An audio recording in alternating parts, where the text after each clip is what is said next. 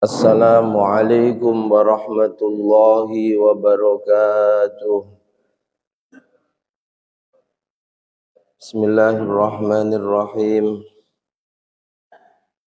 Binniyati liridhaillah wa lihusuli syafaati Rasulillah sallallahu alaihi wasallam wa liqadha'i hawaijina wa hawaijikum min hawaijid dini wad dunya wal akhirah. ولفتوح قلوبنا وقلوبكم وقلوبهم فتوح العارفين فتوح العلماء العاملين الصالحين وعلى ما نووا بالسلفون الصالحون وإلى حضرة النبي المصطفى سيدنا مولانا محمد صلى الله عليه وسلم وعلى آله وأصحابه أجمعين. إلى حضرة سلطان العارفين سيدنا الشيخ عبد القادر الجيلاني رضي الله عنه سيدنا الشيخ أبي الحسن علي الشاذلي رضي الله عنه. إلى حضرة جميع مشايخنا الأحياء منهم والأموات الحاصل حضرة يجعل يجمع حرصالي وألف الكتب التي تعلمنا وعلمناه سيدنا الإمام محمد بن إدريس الشافعي وأئمة الأربعة وسيدنا رضي الله عنه سيدي هشام بن عبد الله محمد بن عبد الرحمن الدبسي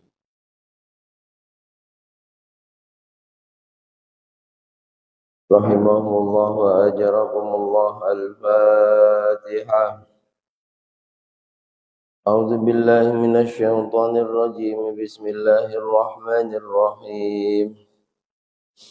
الحمد لله رب العالمين الرحمن الرحيم مالك يوم الدين إياك نعبد وإياك نستعين اهدنا الصراط المستقيم صراط الذين أنعمت عليهم غير المغضوب عليهم ولا الضالين. رب اغفر لي ولوالدي وللمؤمنين آمين.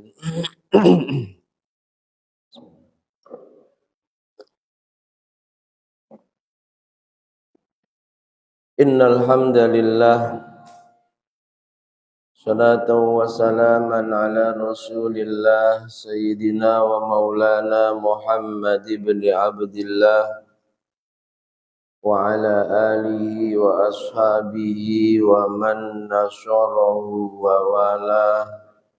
La hawla wa la quwwata illa billah. Subhanaka la ilma lana illa ma 'allamtana innaka antal alimul hakim. Rabbi shrah li sadri wa yassir li amri wahlul 'uqdatam min lisani yafqahu qawli. Amin. Amma ba'd. Yang sangat kami hormati, kami muliakan segenap jajaran pengurus dan Dewan Kemakmuran Masjid Baitul Azim Perumahan Puri Legenda. Yang juga sangat kami hormati, kami muliakan bapak-bapak, ibu-ibu, hadirin wal hadirat jamaah sholat subuh Masjid Baitul Azim, kaum muslimin muslimat, mukminin mukminat rahimana wa rahimakumullah wa as'adakumullah. Alhamdulillahi rabbil alamin. Mari senantiasa kita panjatkan kehadirat Allah Subhanahu wa taala yang sungguh hanya karena limpahan rahmat, nikmat, taufik, hidayah serta inayahnya lah di pagi hari ini kita bisa menjaga keistiqomahan kita melaksanakan sholat fardu subuh secara berjamaah dan kita lanjutkan dengan duduk di majelis ilmu setelah sholat fardu berjamaah. Mudah-mudahan dengan segala kekurangan majelis kita ini Allah benar-benar berkenan meridhoi dan menerimanya. menjadi majelis yang istiqomah, yang membawa keberkahan, kemanfaatan, juga kemaslahatan untuk agama, dunia dan akhirat kita. Amin amin Allahumma amin. Sholawat salam semoga senantiasa tercurah limpahkan kehadiran beliau junjungan alam, sang pembawa pelita Islam, Nabi Agung Muhammad sallallahu alaihi wasallam, biqaulina Allahumma salli wa sallim ala sayyidina Muhammad wa ala ali sayyidina Muhammad. Semoga kita semua benar-benar diakui oleh Rasulullah sebagai umatnya yang kelak di hari kiamah mendapatkan syafaatnya. Amin amin Allahumma amin. Bapak Ibu hadirin wal hadirat jamaah semuanya yang dirahmati Allah. Kajian fikih perbandingan mazhab kita pagi hari ini, pembahasan masih tentang hal-hal yang terkait dengan sholat Jum'ah menurut mazhab yang 4. Bismillahirrahmanirrahim. Qala al-muallif rahimahullahu ta'ala wa nafa'ana bihi wa bi'ulumihi wa bi asrarihi wa bi anwarihi fid dharaini amin. Faslun wa la tasihul jum'ah illa fi waqti zuhri inda salasah. Pembahasan menurut 3 mazhab. Mazhab Hanafi, mazhab Maliki dan mazhab Syafi'i, sholat Jum'ah itu sah dikerjakan di waktunya sholat zuhur. Tidak boleh dikerjakan sebelum masuknya waktu zuhur. Ini 3 mazhab sepakat. Wa qala Ahmad bil jawaz qabla zawal. Pandangan Imam Ahmad bin Hanbal, pendiri mazhab Hambali, sholat Jum'ah tidak harus dikerjakan di waktunya sholat zuhur. Boleh sholat Jum'ah itu dikerjakan sebelum masuknya waktu zuhur.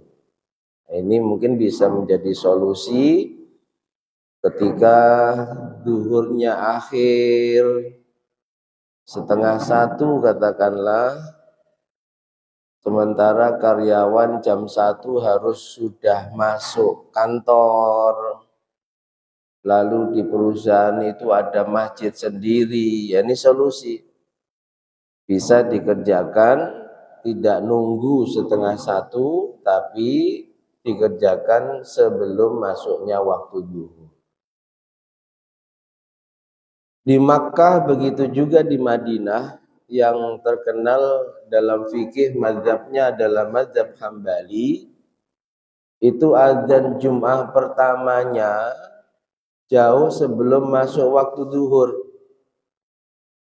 Kalau nggak percaya pas umroh perhatikan, setengah jam lebih sebelum masuk waktu zuhur itu sudah dikumandangkan azan yang pertama.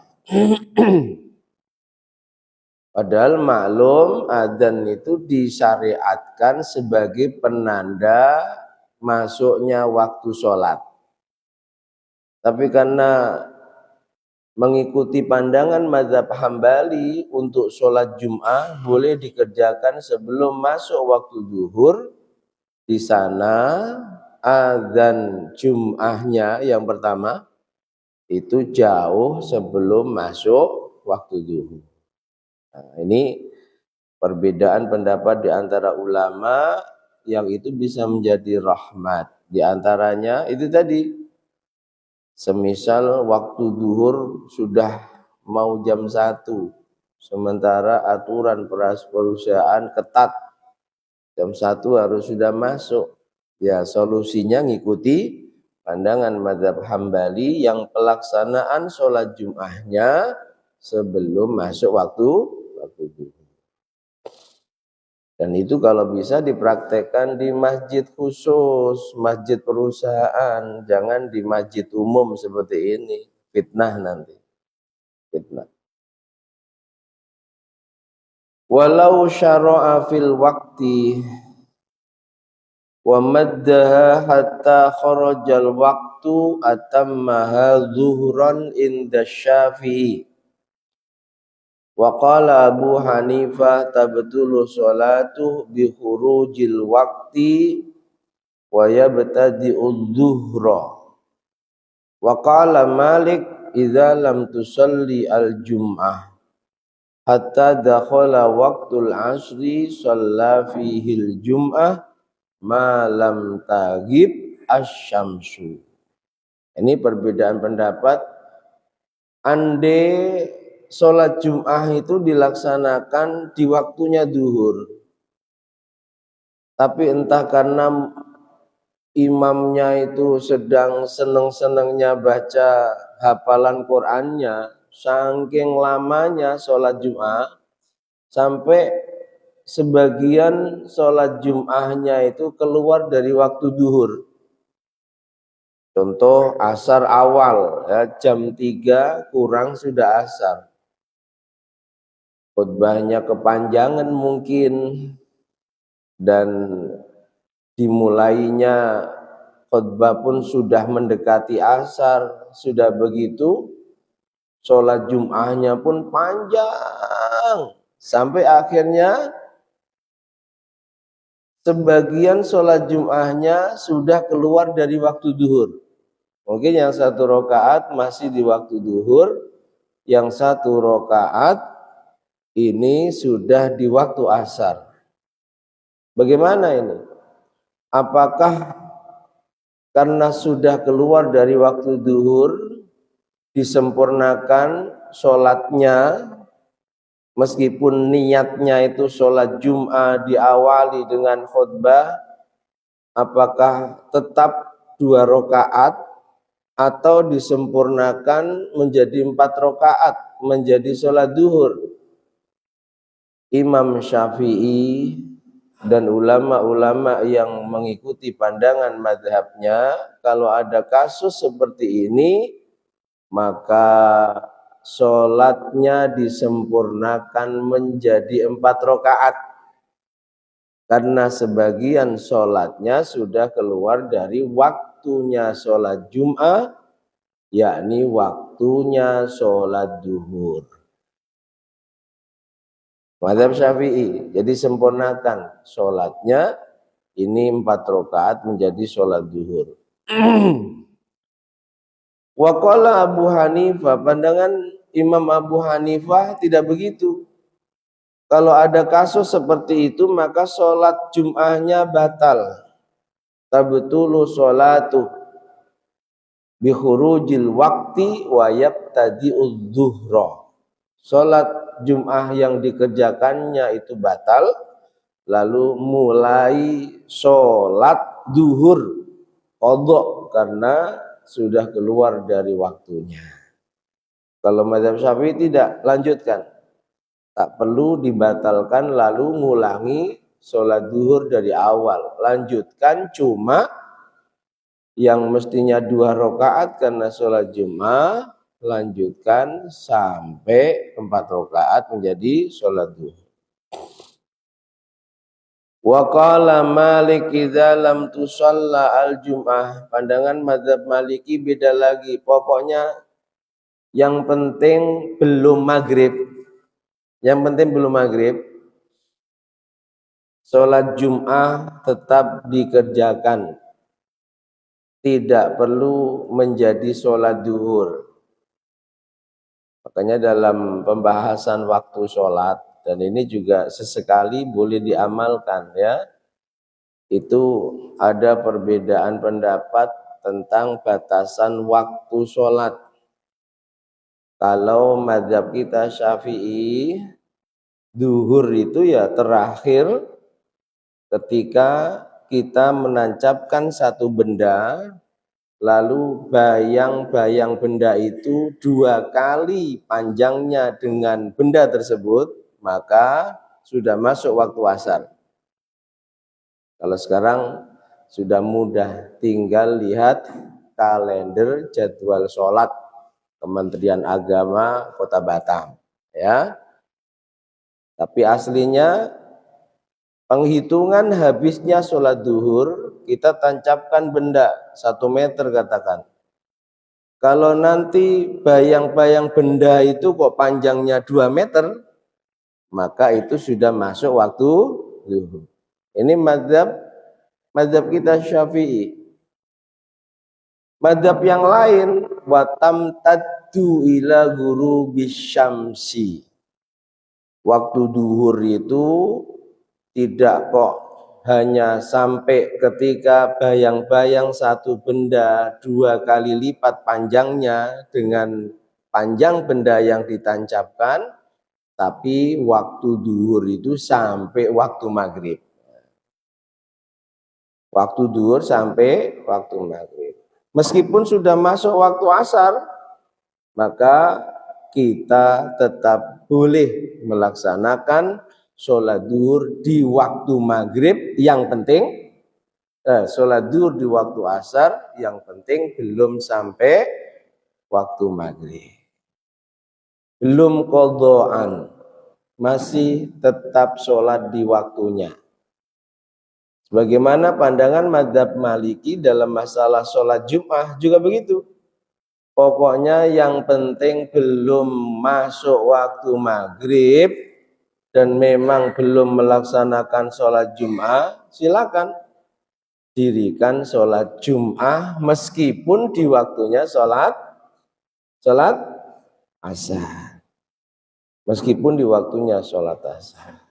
Nah, ini kan juga terkadang bisa menjadi solusi, entah karena sibuk apa, sampai akhirnya sholat duhur itu tidak bisa kita kerjakan di waktu duhur. Sementara kita bukan musafir, kita juga bukan orang yang sedang sakit parah, udzur untuk jamak, itu tidak ada.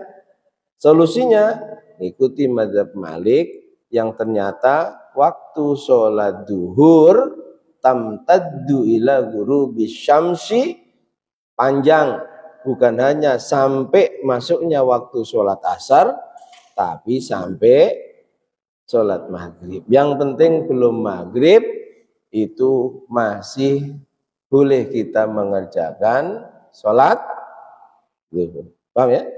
Sholat duhur. Wa in kana la yafrugu illa inda ghurubiya wa huwa qaulu Ahmad. Nah, ini sama dengan pandangan sebagian ulama mazhab Hambali. Sebagian, ada satu kaul dalam mazhab Hambali itu juga pandangannya sama dengan mazhab Maliki, bahwa yang penting belum maghrib sholat Jum'ah boleh dikerjakan. Dan sholat Jum'ah bukan menjadi sholat duhur. Faslun wa idza adrakal masbuk ma'al imam rak'atan adrakal Jum'ah. Sholat Jum'ah ini beda dengan sholat jamaah, ya.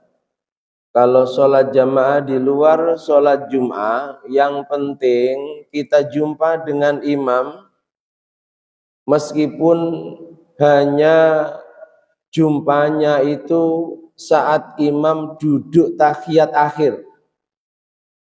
Kita takbir, imam itu sudah duduk tahiyat akhir. Setelah takbir kita belum sempat duduk bersama imam. Imam sudah salam, maka kita tetap dikatakan sholat berjamaah dengan imam.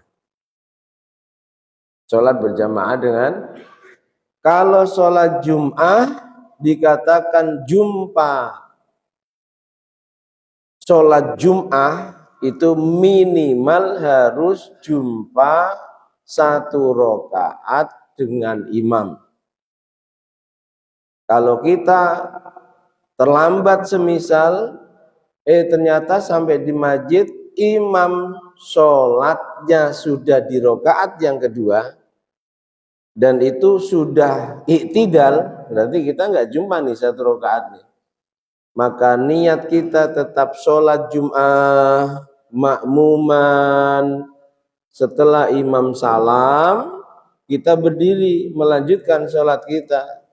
Sholat apa yang kita kerjakan sesudah sholatnya imam? Sholat Jum'ah kah? Tidak. Dalam mazhab Syafi'i, kita berdiri melanjutkan sholat duhur. Meskipun niat kita saat bermakmum sholat Jum'ah. Mengapa? Sebab dalam mazhab Syafi'i ada aturan sholat Jum'ah itu minimal jumpa dengan imam minimal 1 rakaat. Kalau jumpanya itu kok sudah sujud, jumpanya itu sudah iktidal, maka tidak boleh dilanjutkan sholatnya menjadi sholat Jum'ah, tapi menjadi sholat duhur. Bal yusalli zuhron arba'an inda Malik wasyafi'i wa Ahmad. Dan pandangan ini, pendapat ini juga menjadi pandangan mazhab Maliki dan mazhab Hambali. Pokoknya kalau sholat Jum'ah minimal harus jumpa dengan imam 1 rakaat. Dikatakan jumpa dengan imam, jumpa dengan rakaatnya imam itu ketika bisa minimal berrukuk bersama imam. Rukuk yang sempurna bersama imam. Kalau imam sudah i'tidal, berarti kita nggak jumpa rakaatnya imam, berarti meskipun dari awal sholat niatnya sholat Jum'ah, maka setelah imam salam ini kita lanjutkan sholat duhur. Wa qala Abu Hanifah yudrakul Jum'ah bi ayyi qadrin adrakahu min sholatil imam. Nah, kalau pandangan mazhab Hanafi ini sama dengan aturan dalam jamaah. Pokoknya yang penting jumpa imam sebelum imam mengucapkan mimnya Assalamualaikum. Meskipun itu tadi contohnya terlambat sampai di masjid sudah tahiyat akhir, lalu takbir sholli fardal jum'ah raka'ataini makmuman, Allahu Akbar, belum sempat duduk imam sudah salam. Pandangan mazhab Hanafi tetap dia dikatakan menemui sholat Jum'ah bersama imam, sehingga setelah imam salam berarti nggak usah duduk. Kalau seperti itu lanjutkan sholat Jum'ah 2 rakaat. Paham ya? Kalau mazhab Maliki, Syafi'i, Hambali, minimal harus jumpa 1 rakaat. Wa qala Tawus la yudrakul Jum'ah illa bi idrakil khutbatain. Nah, ini malah berat lagi. Imam Tawus mengatakan, dikatakan jumpa sholat Jum'ah itu ketika orang mengikuti 2 khutbah.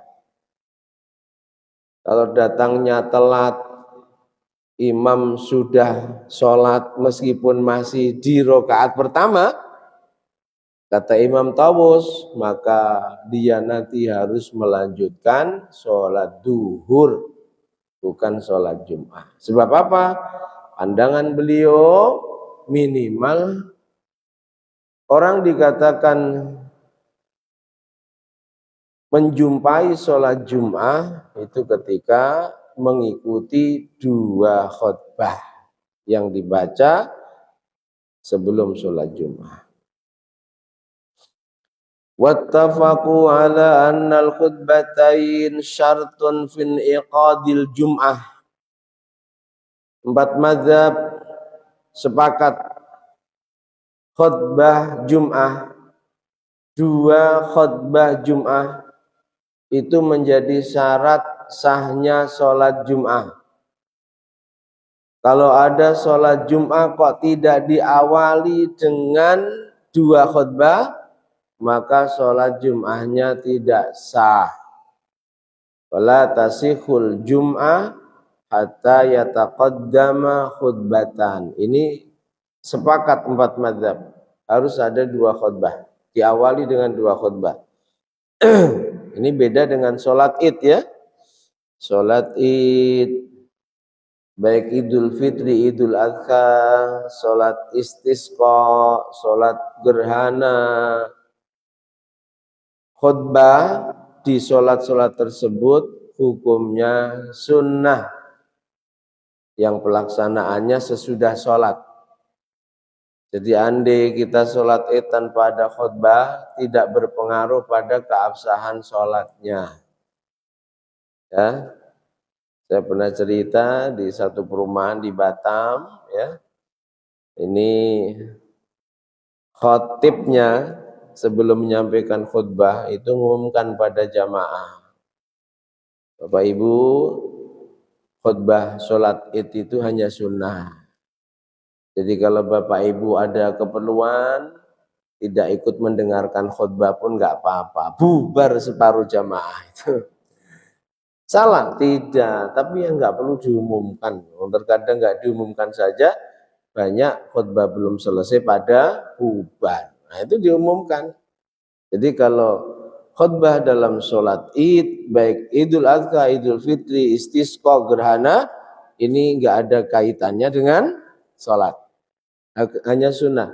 Tapi kalau sholat Jum'ah menjadi syarat sahnya sholat Jum'ah 2 khutbah sebelum sholat. Wa qala Al-Hasan Al-Basri, ini sudah pandangan di luar mazhab 4. Pandangannya Imam Hasan Al-Basri,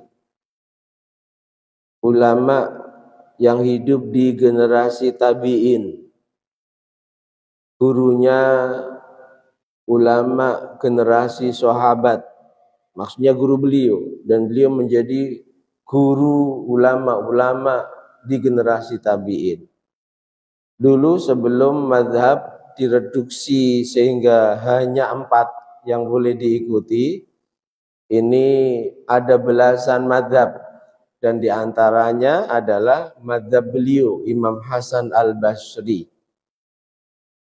ulama hebat tapi yang nggak punya karya.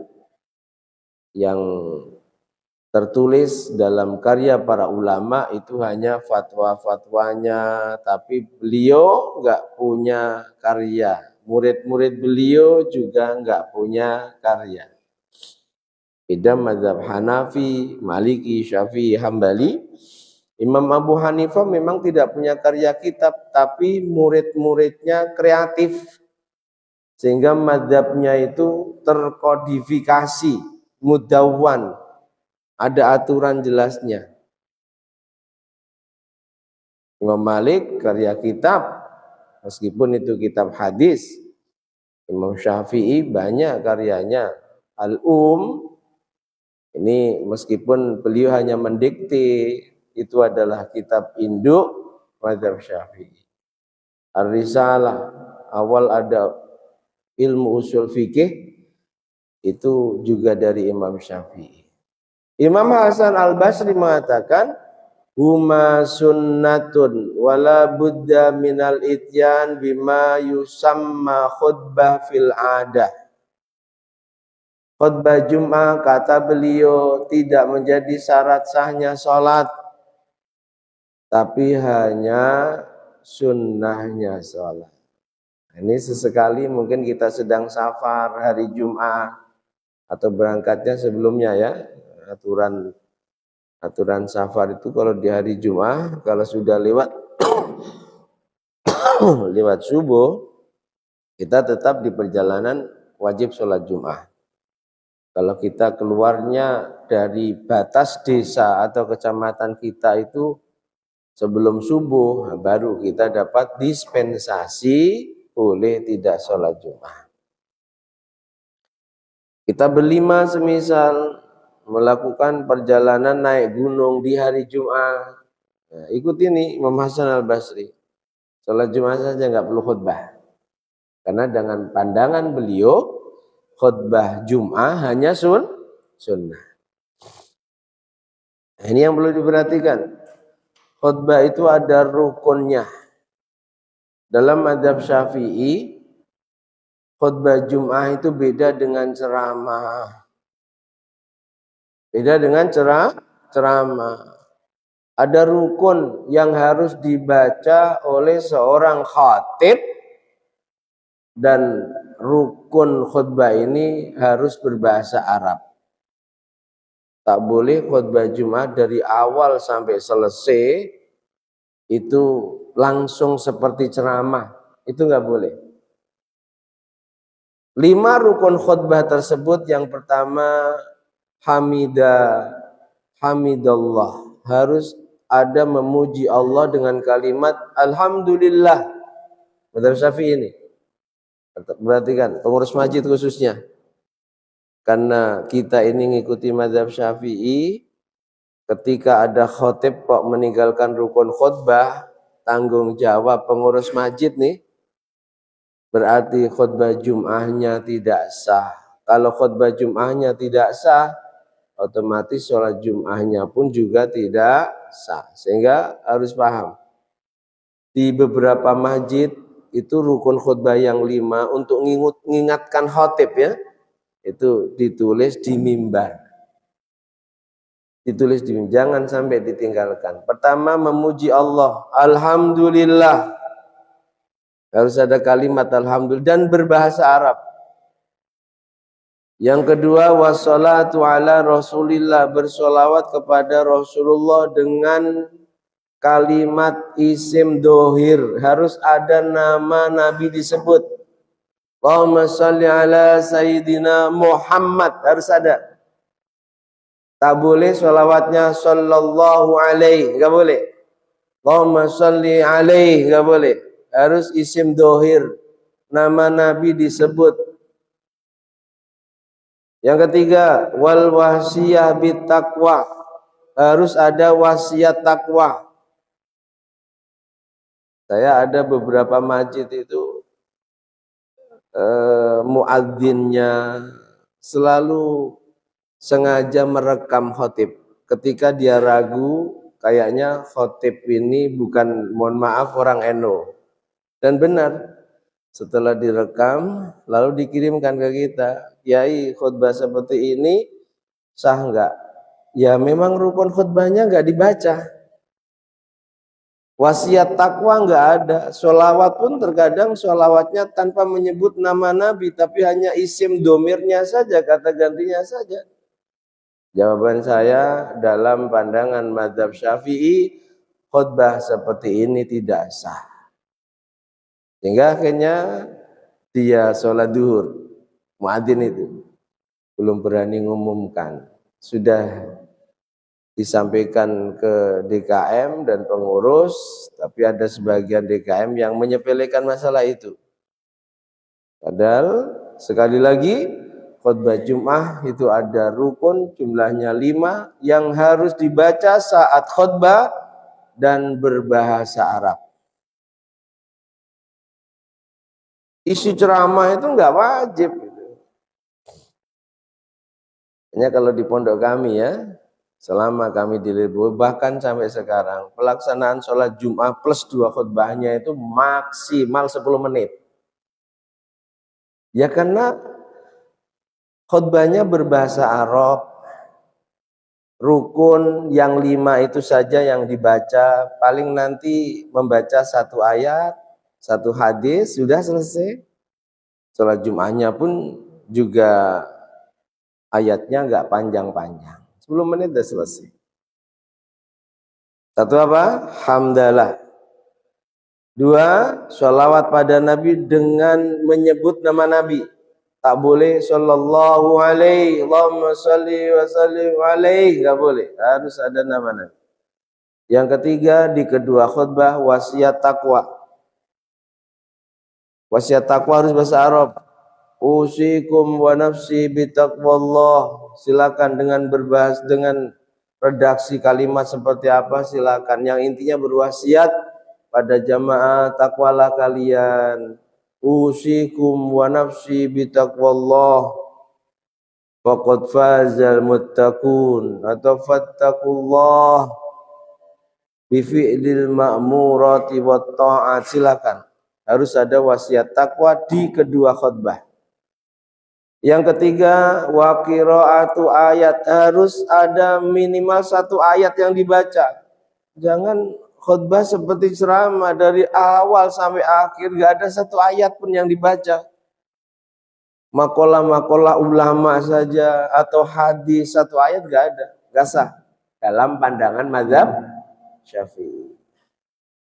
Kemudian berdoa lil mu'minin wal mu'minat, mendoakan saudara mukmin kita di khutbah yang kedua harus ada, dan doanya doa akhirat, bukan doa ya Allah lapang luaskan rizki saudara mukmin kami, nggak boleh itu, sehatkan badannya, tapi harus doa akhirat, ampuni dosanya, ridhoi mereka. Biasanya dengan kalimat Allahumma fir lil muslimin wal muslimat wal mu'minin wal mu'minat, minimal harus ada itu. Ini 5 rukun khutbah yang harus dibaca oleh seorang khatib. Ya, kalau sampai khatib hanya seperti ceramah setengah jam itu rukun khutbah ini ditinggal, maka khutbahnya tidak sah. Hadza madhabuna madhabus Syafi'i. Ini aturan khutbah Jum'ah dalam pandangan mazhab kita, mazhab Syafi'i. Mazhab yang lain bagaimana? Wa qala Abu Hanifah, lau sabbaha au hallala ajza'ah. Kalau pandangan mazhab Hanafi, khutbah itu tasbih dan tahlil cukup. Naik ke mimbar terus subhanallah la ilaha illallah terus turun, itu cukup. Jangan dipraktekkan di sini ya. Jangan dipraktekkan, ini mazhabnya Imam Abu Hanifah. Walau qala alhamdulillah wa nazala kafah. Bahkan ekstrim lagi, ada khatib pandangan mazhab Hanafi ya, naik kemudian dia hanya mengucapkan begini, alhamdulillah, terus turun, cukup. Mazhab siapa? Nggak ada rukun khutbah. Alhamdulillah cukup. Terus apa khutbah itu? Diantara tujuannya adalah nasihati jamaah yang hadir. Wa khalafahu sahibah. Tapi pandangan mazhab Imam Abu Hanifah ini ditentang oleh banyak pengikutnya. Ya, biasa itu. Ulama mazhab Syafi'i kadang beda dengan pandangannya Imam Syafi'i pribadi, itu biasa. Nah, masalah ini Imam Abu Hanifah pun banyak ditentang oleh ashabnya, ulama-ulama yang mengikuti pandangannya, yang mengatakan bahwa enggak cukup kalau khutbahnya subhanallah la ilaha illallah, itu enggak layak disebut khutbah. Apalagi hanya alhamdulillah terus turun, enggak layak. Yang namanya khutbah itu ya ceramah, kata ulama-ulama pengikut mazhab Hanafi. Beda pandangannya dengan Imam Abu Hanifah. La budda min kalamin la yusamma khutbatan fil adah. Meskipun dalam mazhab Hanafi tidak ada rukun khutbah yang harus dibaca, tapi yang namanya khutbah itu harus mengucapkan sesuatu yang secara adat itu sudah disebut khutbah, ceramah, mauidhah. Lah kalau hanya tasbih, tahlil, apalagi hanya hamdalah, ya enggak layak disebut khutbah. Meskipun tidak harus mengucapkan rukun khutbah sebagaimana mazhab Syafi'i. Wa an Malik riwayatan, mazhab Maliki ada dua riwayat pendapat, ihdahuma annahu idza sabbaha aw halala ajjah. Mazhab Malik dua pendapat, kalau ada seorang khatib khutbahnya hanya baca tasbih dan tahlil cukup. Pendapat yang pertama.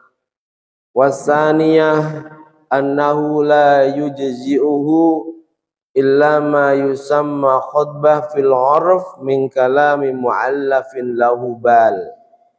Pendapat kedua, enggak sah khutbah itu ya minimal menyampaikan sesuatu yang pendengar itu bisa menyimpulkan bahwa dia sedang khutbah.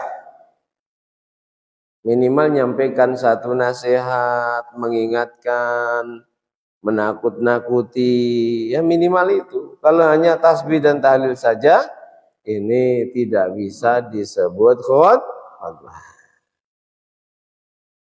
Apakah seorang khatib ketika khutbah harus berdiri? Ini juga ternyata ada perbedaan pendapat di antara ulama. Wal qiyamu fil khutbatain ma'al qudrah masyru' bil ittifaq. Orang yang mampu khutbah dengan berdiri, maka sepakat disyariatkan khutbah dengan berdiri. Wahtalafu fi wujubi. Disyariatkan itu apakah wajib atau hanya anjurannya, hukumnya sebatas sunnah? Ada perbedaan pendapat di antara ulama mazhab 4. Faqala Malik wa Syafi'i huwa wajib. Pandangan Imam Malik dan pandangan santri beliau, imam kita Imam Syafi'i, wajib. Khatib mampu berdiri, wajib khutbahnya dengan berdiri. Wa qala Abu Hanifah wa Ahmad, pandangan Imam Abu Hanifah dan Imam Ahmad Ibnu Hambal, enggak wajib. Khatib itu meskipun mampu khutbah dengan berdiri, boleh dengan duduk. Kita pernah menjumpai saat umroh seorang khatib, tapi memang sudah sepuh ya, suaranya lantang, khutbahnya dengan duduk. Dan di sana sekali lagi fikihnya bukan fikih mazhab Syafi'i, tapi fikih mazhab Hambali yang dalam pandangan mazhab Hambali tidak wajib khutbah dengan berdiri, itu tidak wajib. Wa ujaba Syafi'i khasatal julus bainal khutbatain. Dalam pandangan mazhab Syafi'i wajib duduk di antara dua khutbah. Tak boleh khutbah selesai, khutbah pertama, kemudian jeda kira-kira 5 menit, tapi enggak duduk, enggak boleh. Lanjut khutbah yang kedua. Pandangan mazhab Syafi'i enggak boleh, harus dipisah dengan duduk. Ini juga termasuk pengurus dan DKM harus benar-benar memperhatikan, ya. Perhatikan. Kalau sampai kok ada khatib lalu setelah selesai khutbah pertama enggak mau duduk, ya dia diam tapi berdiri, maka karena kita ngikuti mazhab Syafi'i, khutbahnya enggak sah. Kalau khutbahnya enggak sah, maka sholat Jum'ahnya pun juga enggak sah. Terus bagaimana solusinya?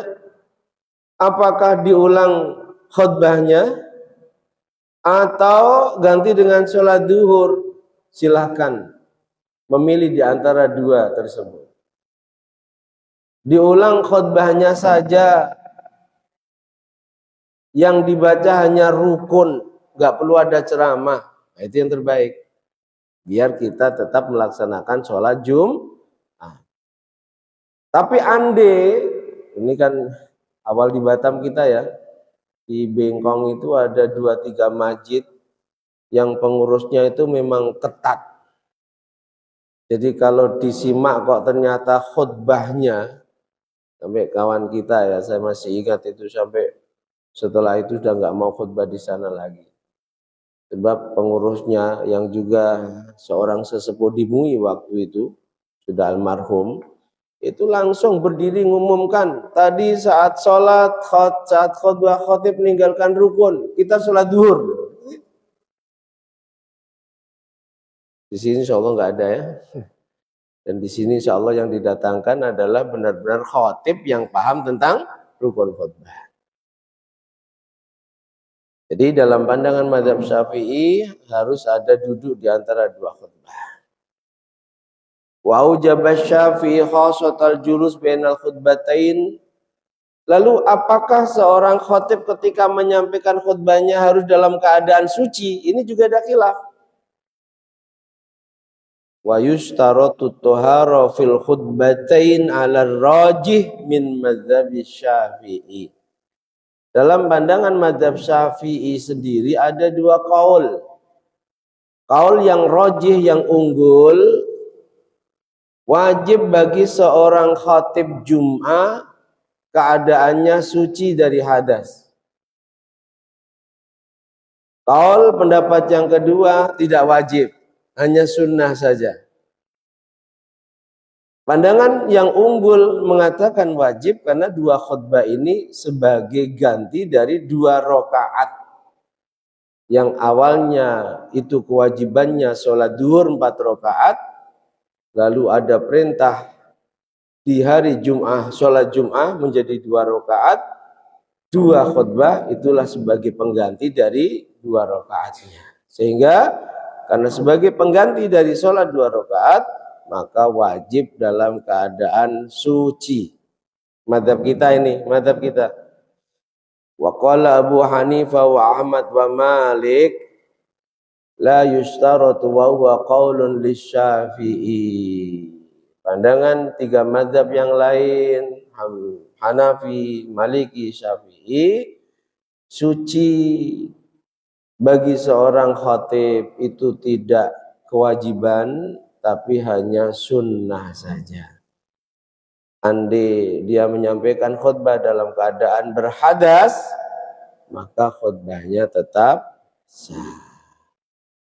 Khutbahnya tetap sah. Ini materi kita Bapak Ibu tentang masih pembahasan sholat Jum'ah ya. Pembahasan berikutnya nanti juga masih tentang masalah khutbah. Khutbah itu apakah wajib diawali dengan salam atau boleh langsung alhamdulillah. Lalu yang mendengarkan khatib itu apakah wajib mendengarkan atau boleh sambil ngobrol? Kalau semisal sampai di masjid khutbah disampaikan, apakah langsung duduk atau tetap boleh sholat sunnah? Nah, itu akan dibahas pada pertemuan berikutnya. Istiqomah amin Allahumma. Wallahu a'lam bishawab. Al-Fatihah.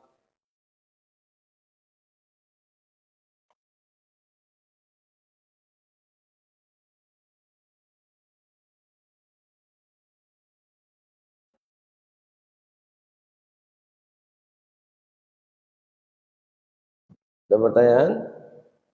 Silakan. Terima kasih Pak.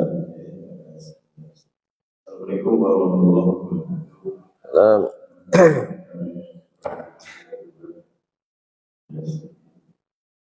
Saya bertanya kenapa pada imam yang memimpin sholat melihat besar, apakah itu dalam sholat fardu maupun sholat sunnah? Kalau melihat mushaf atau membaca Quran dengan melihat mushaf di dalam sholat, begitu ya.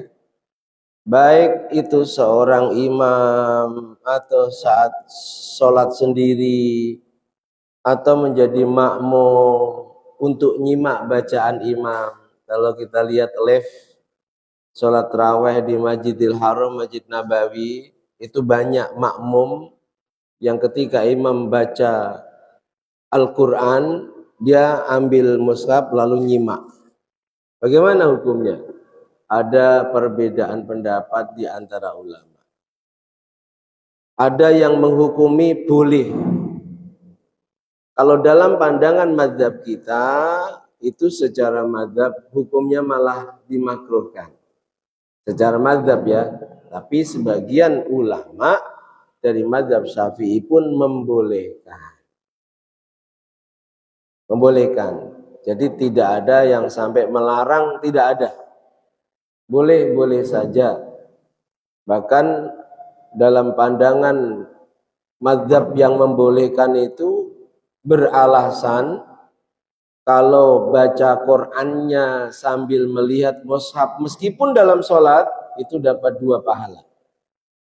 Pahala melihat mushaf dan pahala membaca Al-Quran.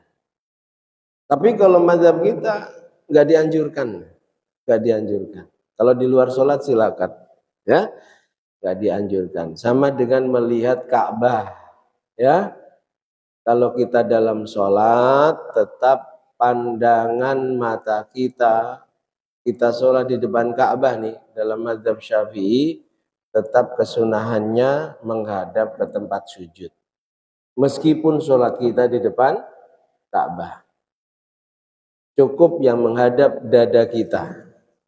Tapi kalau di luar sholat silakan mandang Ka'bah sambil baca Allahumma zid hadzal baita syifan wa ta'ziman wa takriman wa mahabatan wa zid man syarrafahu wa 'azzamahu wa karramahu mimman hajjahu wa witamarahu tasyrifan wa ta'ziman wa takriman wa birran. Di luar sholat mazhab Syafi'i.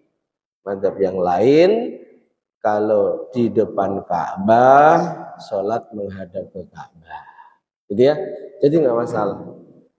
Karena terkadang ini khususnya di Batam ya, sebab imam itu rata-rata memang dapat gaji. Dapat gaji. Pengurus itu pengennya macam-macam. Di antaranya ada yang pengen agar yang dibaca surahnya itu urut, khatam ulang dari awal urut. Sementara imamnya nggak hafal. Sehingga solusinya apa? Solusinya di depan imam disediakan Quran besar plus tripodnya. Jadi nggak masalah. Tahu ya? Apa? Iya, nggak masalah. Baik dalam sholat fardu maupun dalam sholat sunnah. Andai kita sholat sendiri, lalu kita siapkan Quran kecil, apalagi sekarang ada HP ya, kita ambil, tapi tetap harus hati-hati ya. Jangan sebab ingin melakukan sunnah membaca Quran dalam sholat, lalu kita tinggalkan kewajiban. Apa itu kewajiban? Tidak melakukan gerakan 3 kali berturut-turut. Jadi harus hati-hati. Berhenti dulu, ambil, silakan baca. Tapi ngapain sampai repot-repot begitu, ngapain itu? Wong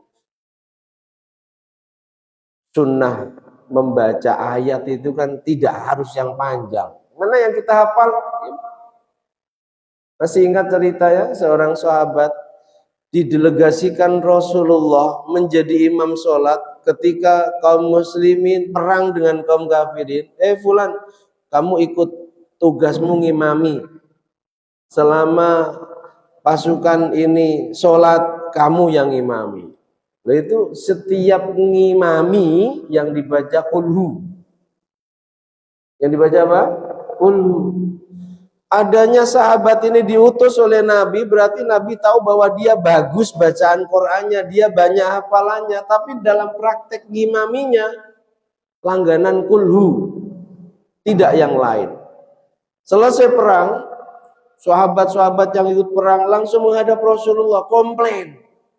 Ya Rasulullah, si fulan yang engkau perintahkan, engkau tugaskan untuk ngimami kami, itu melakukan bid'ah. Itu apa yang dilakukan? Dia melakukan sesuatu yang belum pernah kamu praktekkan dan belum pernah kamu ajarkan. Memang bid'ah apa? Langganan kulhu. Kulhu itu. Tahu kulhu ya? Surat Ikhlas. Akhirnya Rasul tidak seperti kelompok sekarang itu yang langsung, oh berarti dia melakukan bidah, katakan dia sesat, neraka tempatnya. Tidak. Jadi orang melakukan model ibadah yang tidak diajarkan Nabi. Sejak zaman Nabi masih hidup itu ada. Dan Nabi tidak kok, kamu bid'ah neraka. Enggak. Tapi coba tanya dia, apa alasan dia kok langganan kulhu itu apa alasannya? Ini hadis sahih. Dalam kitab-kitab hadis ada. Riyadhus Shalihin yang kita kaji rutin ada. Apalagi Sahih Bukhari ada. Singkat cerita, didatangi, lalu disampaikan, Rasul menanyakan, apa alasanmu kok selalu langganan kulhu? Lalu dia menjawab, karena aku mencintai surat Ikhlas, sebab di dalamnya menceritakan sebagian sifat-sifatnya Allah. Allahu Ahad, Allah Maha Esa, Allahu Samad, Allah tempat untuk berlindung, mengadu, berkeluh kesah. Lam yalid walam yulad, Allah tidak beranak, tidak pula diperanakkan. Walam yakul lahu kufuwan ahad, tidak ada sesuatu pun, seorang pun yang menandinginya. Disampaikan pada Rasul. Apa jawab Rasul?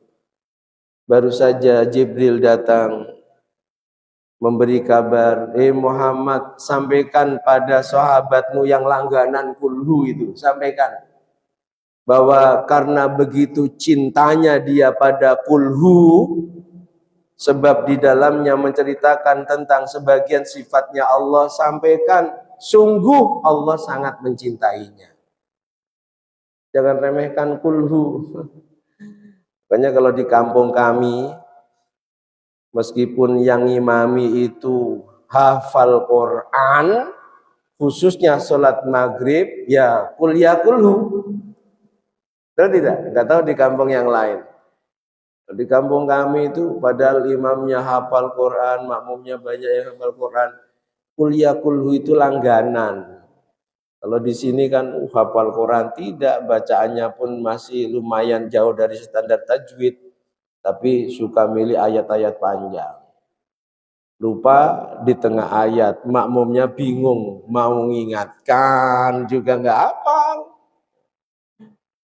Padahal ngapain sampai bawah, makanya di makruh ngapain? Inna fis sholati la syughlan, kata Nabi. Dalam sholat sudah ada kesibukan sendiri, nggak usah tambah kesibukan lagi. Makanya dalam mazhab Syafi'i itu sholat sambil baca mushaf makruh. Sebagian ya. Dalam mazhab yang lain dibolehkan. Sebab itu dia melakukan, ngapain repot-repot, wong kita ini tidak ada tuntutan kok. Dalam sholat itu harus baca Quran sampai khatam, balik lagi sampai khatam, balik lagi. Cuma ya mohon maaf sekali lagi di Batam nggak bisa disamakan ya. Sebab DKM itu merasa menggaji imam meskipun itu bukan duit pribadinya. Sehingga mohon maaf kalau bahasa kawan-kawanan terkadang itu sholatnya, praktek jamaahnya tergantung selera DKM. Betul ya? Mudah-mudahan di sini enggak ikut imam saja. Ada. Jadi sering komplain ke imam, yang kurang inilah, yang kurang itulah.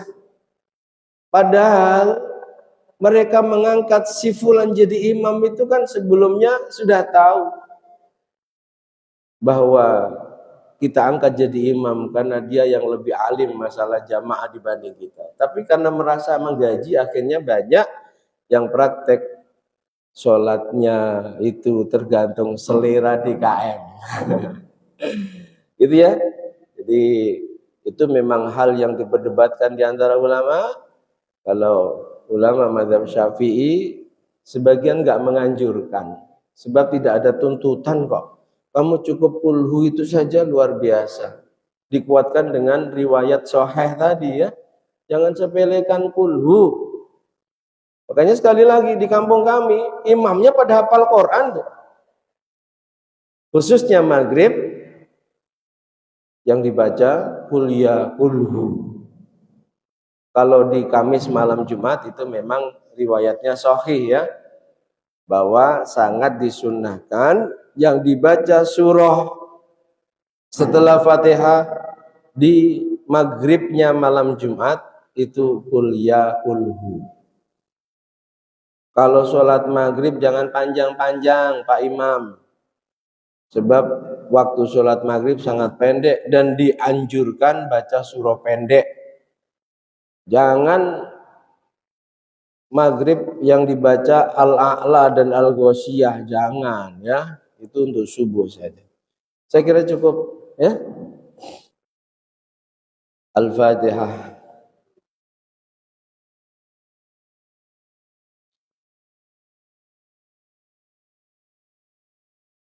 Bismillahirrahmanirrahim. Alhamdulillahi rabbil alamin. Allahumma salli wa sallim ala sayyidina Muhammad wa ali sayyidina Muhammad. Ij'al ya Allah jam'ana hadha jam'an marhuma waj'al tafarruqana min ba'dihi tafarruqan ma'suma.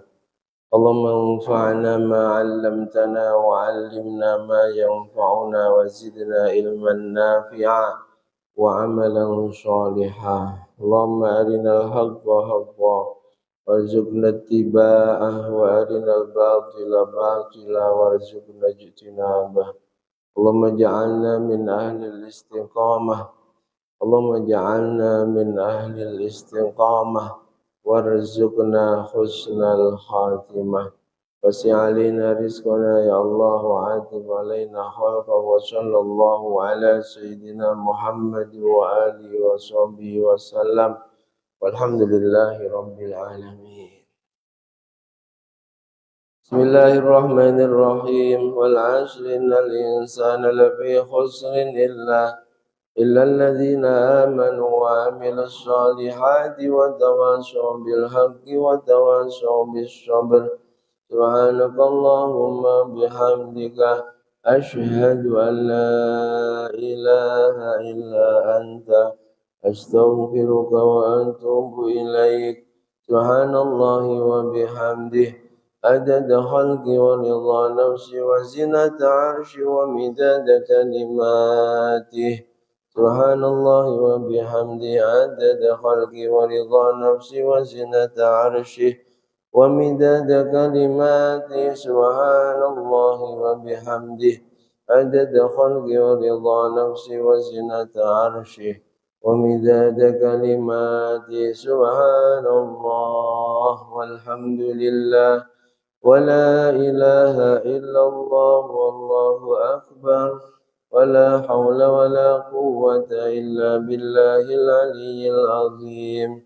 Adada ma 'alimallah wa zinata ma 'alimallah wa mil'a ma 'alimallah. Demikian, ada kurang dan lebihnya mohon maaf. Akhirul kalam, hadanallahu wa iyyakum ajma'in wal 'afu minkum. Assalamualaikum warahmatullahi wabarakatuh. Sallu ala Nabi Muhammad.